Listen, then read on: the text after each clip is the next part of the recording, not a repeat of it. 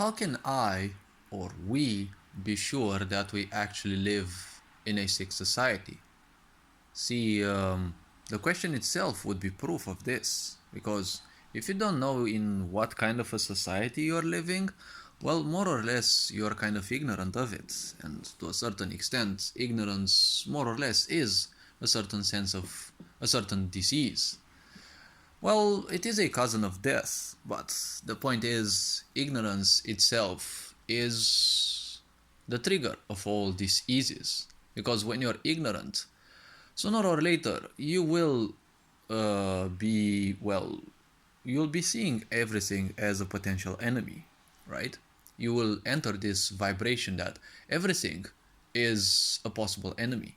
Suspicion is always the guide, or it is someone who's always never far away from people who are ignorant, because, well, whether you like it or not, ignorant people will kind of always be, how to put it, they'll always be suspicious. We live in a sick society where children are suffering, people are suffering in hospitals, the economy is crashing down, but people are way too busy taking selfies and giving likes to cats, dogs, and all sorts of things on, mass media. And people don't feel like understanding that, well, mass media is about manipulation, because media comes from Medea, the Greek goddess of manipulation. Now, is this society sick? Well, society itself is not sick. Society is nothing else but our own doing. And, well, we as humans are kind of sick because we're kind of looking for too many things outside of us rather than perceiving what is inside of us and understanding what certain problems and needs there are which have not been met.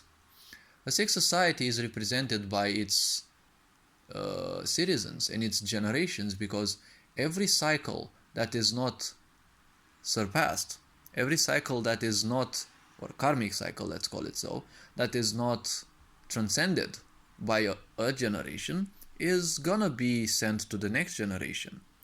When you have hundreds of years of Christianity imposed ignorance in Europe, and then Europe conquers the whole world, obviously a lot of those people who were conquerors, they settled in those new countries. And with them, they also carried this Christian karma. It was quite surprising to see that, there was a statistic that said the greatest fear of modern day people is, well, that of God. Fearing something that doesn't necessarily exist, or it definitely doesn't exist under the shape we know, well, that is in a way a sense of sickness, right? And so many illegal things are being done, and there's always this expectation that people will do, right? There will always be someone else to do things for you instead of you doing that. See, the point in this society is that you are sick. It doesn't matter much about the others. You are born in a society which is sick. A part of its sickness automatically exists within you.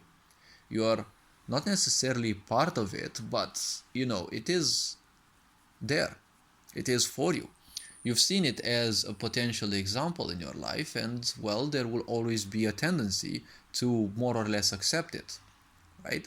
Because we live in this sick society. Now, the point is, you have to take care of who you are. Because if you do your job for you, not everyone else, for you, you will also do it partly for your children and for your family. When you plant, for example, a tree, you're also helping not only your country, but you're helping the world as well. I don't know exactly how to put this, but see, everyone wants to fix the planet. Everyone wants, or so many people want to wake up people to the whole planet. See, when you try to add something into a system, but that system is not capable of withholding that, you will only lead to the destruction of that system.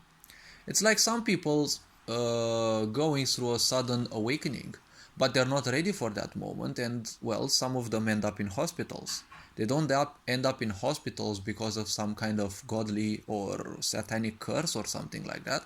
It's just that, well, something tried to happen, their system wasn't ready for that, and, well, they simply ended up in a hospital. After all, don't forget it's the purpose of a sick society to make sure you never wake up. Why do you think there's all so much propaganda towards drugs, towards abuse, towards violence, and literally everything possible? Because, well, you live in a society that promotes that and promotes violence and separation. Now, when all these are supported, wouldn't this be again proof of a sick society? Now, again, a sick society is nothing else but our own doing, right? A society is just the representative, how to put it. It is the representative of us, humans, how we are, how we function, and what needs we have and what needs we ignore. Because ignorance means running away from something, but it's technically nothing different, right?